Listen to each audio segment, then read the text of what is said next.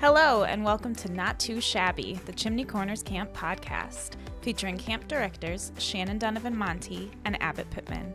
In each episode of this podcast, Shannon and Abbott will share crazy camp stories, let you in on some camp secrets, tips, and tricks, talk about life at Chimney, and even pull the curtain back on how camp runs from behind the scenes. From staffing to activity planning to the friendships we make along the way, join us twice a month for your camp fix. Hey, Shannon! Hey, Abby. What's up? It's time for another episode of Not Too Shabby. The Chimney Corners Camp podcast. And it's a special edition, part one, preparing for camp. That's right. Our summer guide has recently hit your inboxes. Yeah, so keep an eye out for it. It's chock full of useful information, and the things that we're covering in this podcast are covered in way more detail in that summer guide. I think actually our podcast is going to have more detail than the summer guide. Okay, correction. The summer guide will be helpful, but listen to this podcast because we added a lot of pro tips and behind the scenes ideas that will probably change your life. Thanks, Shannon. That didn't seem sarcastic at all. Well, let's just get right into it. Sounds great. Probably by the time this podcast has come out, you've already been sent an email with an attachment with the summer guide.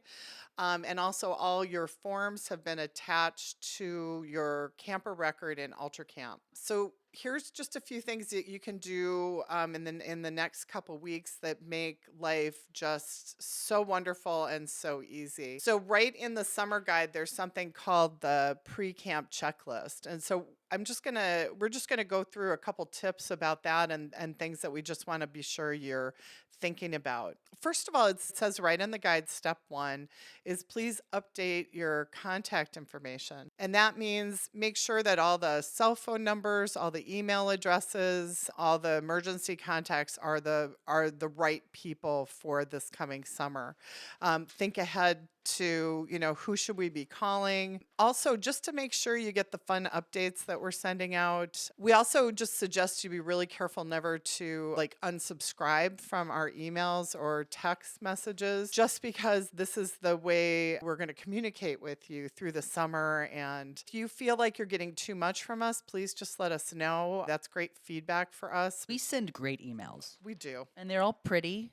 There's a logo on them. That's right. There's That's buttons. right. Sometimes there's pictures. Yes.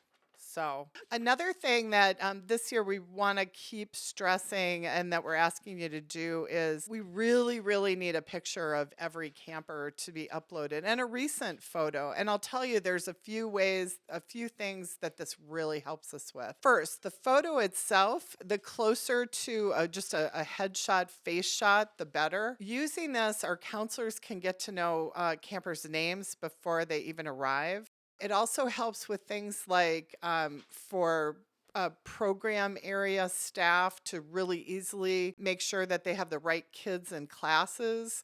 It's great for our medical staff for when we give out meds. If you upload the photo, we can have the photo right on the medication administration information. And again, it just helps us in so many different ways. So if you can make sure to do that as a step, it's super helpful. Okay, and so the next step, what is after updating your contact information? Don't worry, I will tell you. So you're going to be in your UltraCamp account. And so it's going to have some forms and some documents for you to upload. So some of these you're going to fill out. It's just like a regular form. For example, wellness form, food allergies, community life, camper information record, your letter to your camp counselor, even the resident camp permission form, participant agreement, and then you're going to upload some documents as well, including a doctor's report. So that's a physical.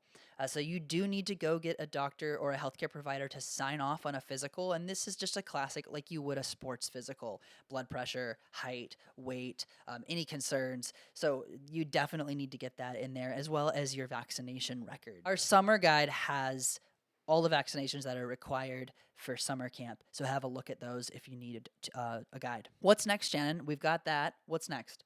Well, one thing I really want to point out about one of these forms, all these forms are important, but one in particular is important because it's where we get information about about your camper and where we're going to place them in terms of cabin placements. So the one place that we look for cabin mate requests and, top or lower bunk requests, that's all on the camper information record. We need to have that completed by May 15th in order for us to take that information into account. So a lot of times people call us and say, hey, my camper really wants to be with this other camper. It really, really needs to go on this camper information record. And we'll talk in a little bit about some just tips of the trade about cabin mate requests and unit placements, just so that we can be really clear about expectations. But again, take a look, take the time, sit down on a weekend and really go through these forms just to make sure that we have everything. Abby was also talking about uploading medical information. Another thing that we've added this year, just as a reminder, that if you have an emergency action plan for an allergy, for some sort of medical condition that your doctor has given you, if you wouldn't mind uploading that as well, it helps our medical staff get an idea of, the right steps in the event of an emergency.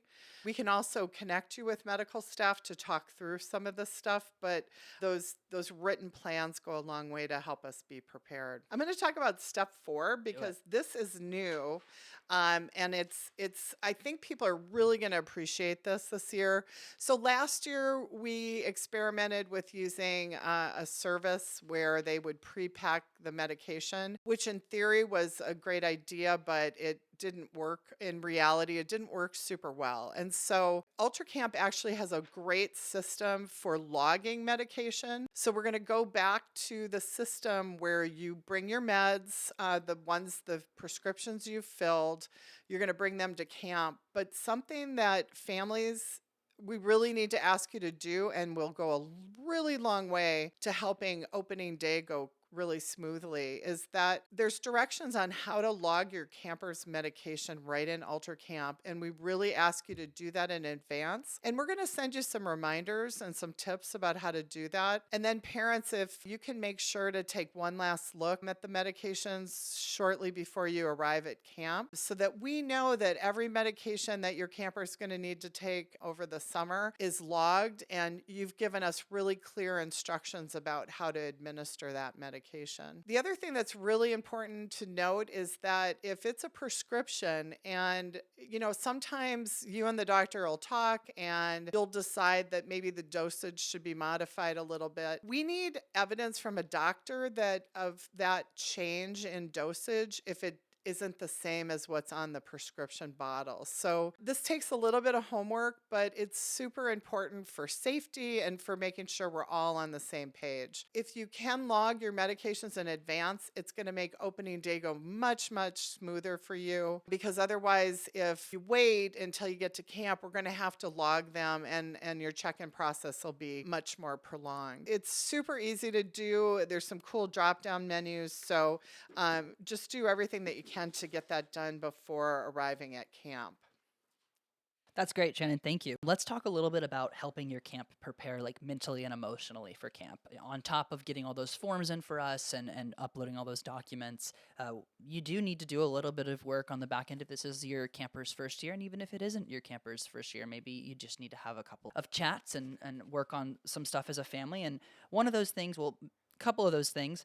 A big one is visiting camp beforehand, especially if you're new to camp. Coming to our open house on June 8th, 2025 is going to be really, really helpful. Once the kids know the lay of the land and they kind of know what to expect, what the cabins look like, all of that. Now, we know it's not realistic for everybody to come to an open house, but if you're able to do it, we really and highly recommend it. And for those of you that can't come ahead of time, we're going to be doing some topical Zoom meetings, which give you a chance to, similar to the podcast, we'll give you little tips and tricks. You'll get to see other people that'll be at camp, and we'll show some pictures of camp. It's another way to start to familiarize yourself with what's up in the program. Absolutely. The next thing we suggest is to pack together. It seems way easier to just throw their stuff in a trunk for them, because packing together is a process. But it's really important that your camper knows A, what you've packed, and B, it also allows your camper to be a part of the process of going to camp. It doesn't feel so much like you're shipping them off as much as it is a group effort to go to camp. So make sure you pack with them, look at the packing list. We suggest actually printing a packing list of exactly what you are bringing, like your Mickey Mouse shirt and your princess hat or whatever, and actually having like a checklist of that. So when it does come time to pack everything back up, they can kind of check and see, oh, this is what I brought. I'm missing my Mickey Mouse shirt. Yeah, and that's some people will actually tape it in the upper part of the trunk or inside the suitcase so that it won't get lost over the month. One thing, when my daughter was 8 years old and we packed, and I've heard this from other family members and other campers' families, that sometimes kids forget what's on the second and third layer of stuff that's packed. So it's even just talk about it, like talk about pulling stuff out of the trunk, knowing where, again, to Abby's point, that's why packing together goes a long way. I remember being a kid and there's just some things you don't think about. Sometimes out of sight, out of mind, you forget that you had 15 pairs of shorts at the bottom of your trunk or things like that. So again, just talking about those things, talking through self-care, like what about brushing your hair, what special tools or assistance do you need to, keep your skin moisturized? How do you put on sunscreen? How do you want them to put on bug spray? Parents ask us a lot, do you do tick checks with the campers? I'm going to say this. We remind campers to do tick checks, but counselors can't do tick checks on kids. They can explain to them how to do them, but that's, if you really think about it, it's something a person has to do for themselves. All right, next thing that we recommend is reviewing expectations with your camper. So there is a code of conduct in this summer guide that you definitely want to review with your camper. The next thing on that helping your camper prepare list is encourage confidence. So you definitely want to use language that's positive. So instead of being like, "Oh, I'm really gonna miss you. Are you gonna miss me?" or "Are you sure you're ready for camp?" You want to do something more like, "You're going to have an amazing time and I'm so proud of you for doing something like this. This is amazing and you're so brave and it's going to teach you so much independence." So I know that a lot of parents tell us is that it's honestly sometimes harder for them than it is for their camper to have their kid away for 4 weeks or 2 weeks. So you're really going to have to do a lot of the work yourself of making sure your messaging is positive and that you're excited for your camper and that you're partnered together with this experience. Right. Really think about what you're saying, because even beyond success at camp, you have to be careful that you're just not in general undermining their confidence in themselves. And we all make the mistake of making things about ourselves. Like I think that it's very common, and we understand camp is like it's a sacrifice for a lot of families to provide this experience. And I am so thankful. I know that what you're giving your kid is so valuable that you can't put a price on it. But I also know that it is a big financial commitment. And so often what people will do is say, like right around the time that, you have to make that tuition payment, you're going to go to your kid and go, "Now, are you sure you want to go to camp?" Which I get why you're doing that. But unfortunately, kids are going to go, "I don't know. Am I sure?" And so just again, think about how you're spinning this. Think about the language. Think about what you're talking about what's going to be going on when they're not home. Like, if you have some big party planned for 4th of July and your kid's going to be at camp, maybe don't talk about it all the time. Think about that, because FOMO is real. And they are going to have so much fun at camp, but they don't know that yet necessarily. So pay attention to the kind of the things you fixate on. Yeah, I want to add, I had a camper in 2023 tell me she's not coming back because she doesn't want to miss her dad's birthday again, which was like, that's very sweet. But your dad is obviously letting you go to camp and wants you to go to camp. So, just be mindful of those kinds of things. That reminds me of another thing. Your kid, you are so used to worrying about your kids, you forget that your kids worry about you. And so I think, like Abby had said, you're going to say, "Hey, I'm going to miss you so much." I had a parent tell me one time that she realized that her daughter said she didn't want to come to camp because she thought her mom would be lonely without her.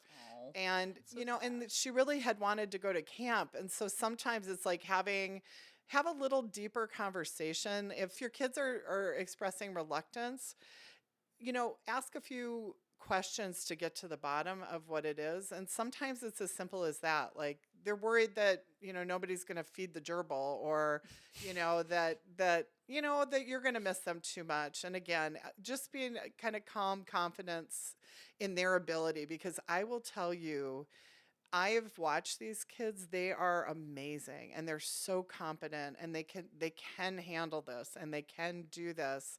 And it's really going to help them just be all the better and all the more confident. So, don't let a little bit of, nervousness get in the way of a really amazing, life-changing experience. Great points, Shannon. And just to add on to the very end here, we have just a couple more bullets from helping your camper prepare. And I'm going to just summarize the last three, which are normalize homesickness, no pickup promises, and limit pre-camp talks. Homesickness is going to happen, whether it manifests as crying or it just manifests as general sadness. Campers handle it differently, and almost every camper is going to miss home. It's very normal. So definitely talk to your camper about ways that they can distract themselves from these sorts of feelings, whether it's talking to another camper, reading, doing a puzzle, getting really invested in an activity, talking to a counselor. And the other part of that is don't tell them, if you don't like camp, I'm going to come pick you up. We really don't recommend saying that. It just makes it harder for them to adjust because they're always thinking to themselves, oh, like, if I have a bad day, my mom will just pick me up. Your camper might have a bad day. That's part of camp. It's building that independence. It's building that resilience.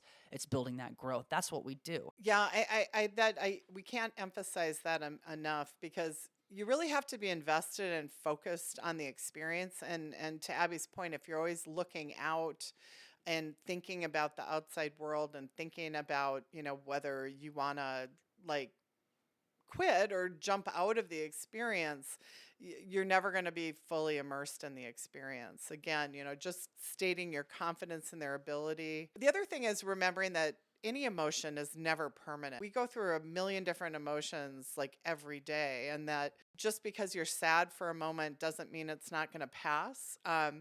There's a famous book called Homesick and Happy. You can be homesick and still be enjoying an experience. Like,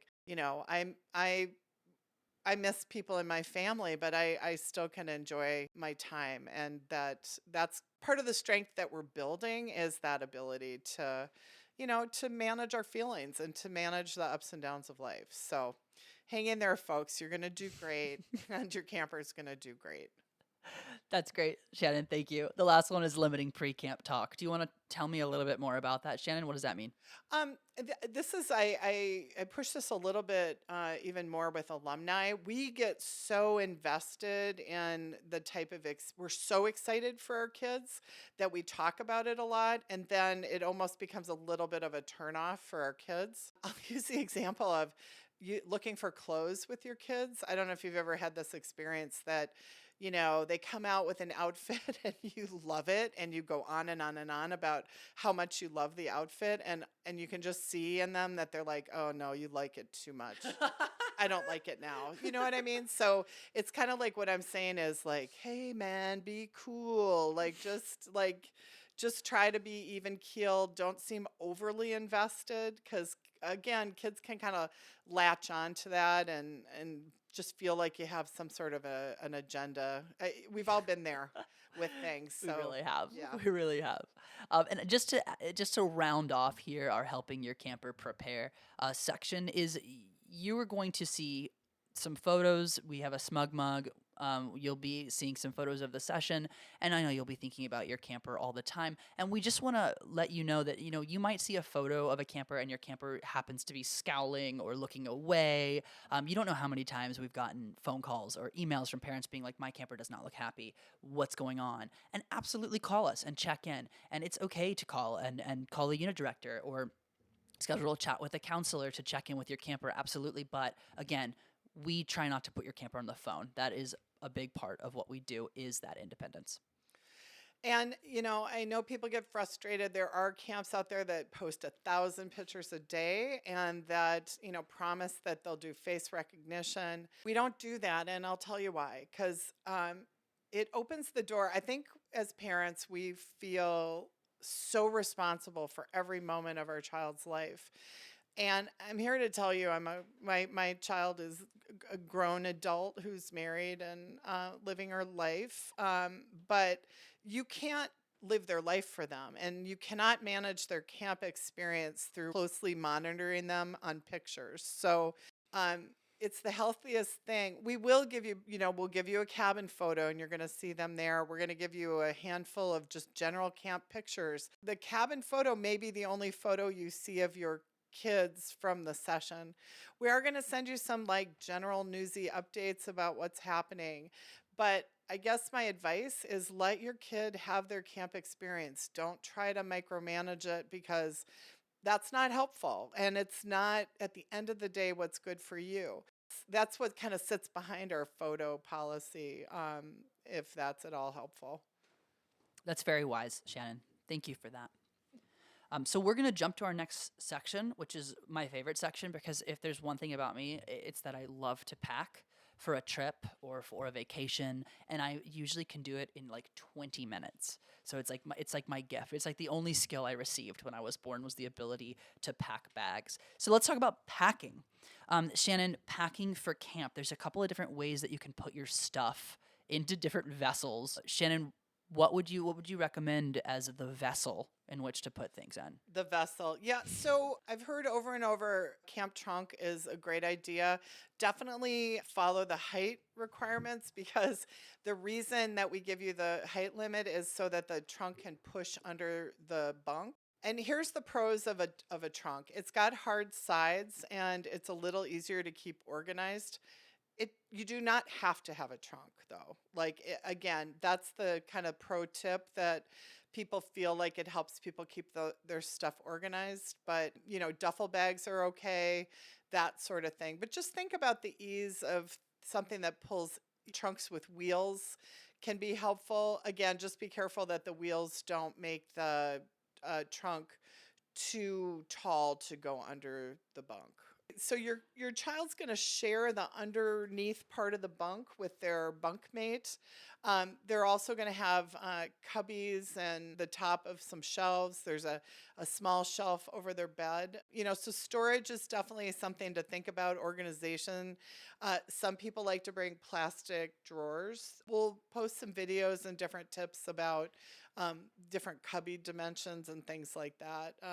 But thinking about being organized is great, but also remembering you're sharing space with, 7 other kids and 2 staff. Great, Shannon. Thank you. So yeah, like Shannon mentioned, trunks are just sort of the culture around here. There's a couple of items that we're going to talk about that are just sort of cultural more than anything else.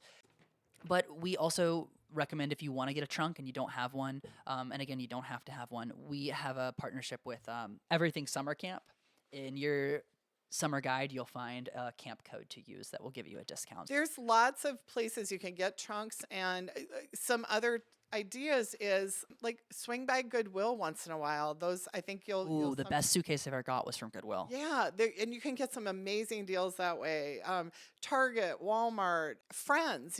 Just mention that your kid's going to camp, and I'll tell you, like once your kids are too old to go to camp, you are excited to get rid of that trunk just because it's taking up room in your house. So we're gonna get to the packing list now, the clothing list, and miscellaneous, all that good stuff. So you'll note on your packing list in your summer guide, we give you a pretty thorough list of things that you need to make sure that your camper brings. We want to talk about a couple of specific items on this list that have like asterisks next to them. So Shannon, maybe you can talk a little bit about sturdy closed-toed shoes. Yeah, camp definitely has some rugged terrain and your kids are quite active. They are required to wear socks most of the time. And the reason for that is that socks go a long way in preventing blisters. Another thing is don't buy brand new shoes or brand new hiking boots and send them to camp because new shoes are so apt to give kids blisters if they haven't been broken in. There's a lot of walking at camp too. You really don't want to have an awful blister that makes you limp. It's a bummer. The next thing we want to talk about on our packing list here is photos, posters, stuffed animals, books. If you have a stuffed animal that you love and that is very important to you, I mean, I didn't go anywhere without my stuffed dog, Ruff. I didn't, and I brought him to camp. Shannon, did you bring your stuffed animal to camp? No. Well, that didn't really. No, But- I don't know. But I mean, if you want that, bring it. You just have to be very careful with things that you care deeply about. Right. Just be thoughtful about what actually comes to camp. But we do encourage you to, make your space your own. For sure. You'll sometimes see like people will buy those battery powered twinkle lights or just, kind of fun little things that make your space cozy or like home. Things like some people bring little foam pads that the mattresses are fine. But if you want a little extra padding, you can bring something like that, like A foam roll topper. yeah, Shannon was really trying to find the word for that. yes. The foam foam thingy. thing. Let's talk about water bottles, Shannon. Okay. Do you want to talk about water bottles, Shannon? So we suggest bringing 2 water bottles just because there's a big emphasis on kids filling water bottles, bringing it to activities. It's summertime and, staying hydrated is a big part of healthy choices for us. That's great. Thank you. And the last thing is the optional items, and I just want to touch on these really, really briefly. One is Crocs. I mentioned cultural. We mentioned kind of cultural things at camp. Crocs are very much a culture thing. If you would rather bring a different kind of sandal or flip flop for the shower, great. It doesn't have to be a Croc, but again, they're popular here. We sell like Croc charms. It's just sort of a thing. And then also we've got costumes, dress up, clothing, sports and safety equipment, and musical instruments. Another cultural thing is Camp Beckett is a lot more about bringing the instruments, bringing the sports equipment. Chimney would love to get into that mentality, especially for instruments. I would love to see people having like jam sessions. We have a drum set at camp. We have rock band instruments. I'd love to see campers incorporate their musical talent. So bring an instrument, bring sports equipment. If you intend to take tennis at camp, if you have your favorite basketball, feel free to bring it. We just want to make a note that anything that you bring to camp, we're not responsible for. So you got to keep it in good condition. You got to keep track of it. And the last thing, there's costumes and dress up clothing. Camp is wild and wacky, and there's going to be times you're going to want to dress up. So please feel free, if you have an inflatable rat costume and you can fit it in your bag, bring your inflatable rat costume.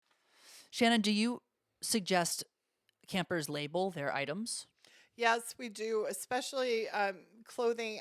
Don't mark your socks unless you really want to get them back. But anything that feels important that you want to be sure can be reconnected. It's the difference between something being lost forever and us being able to reconnect your camper with lost items. So especially things like nice sweatshirts or beloved T-shirts.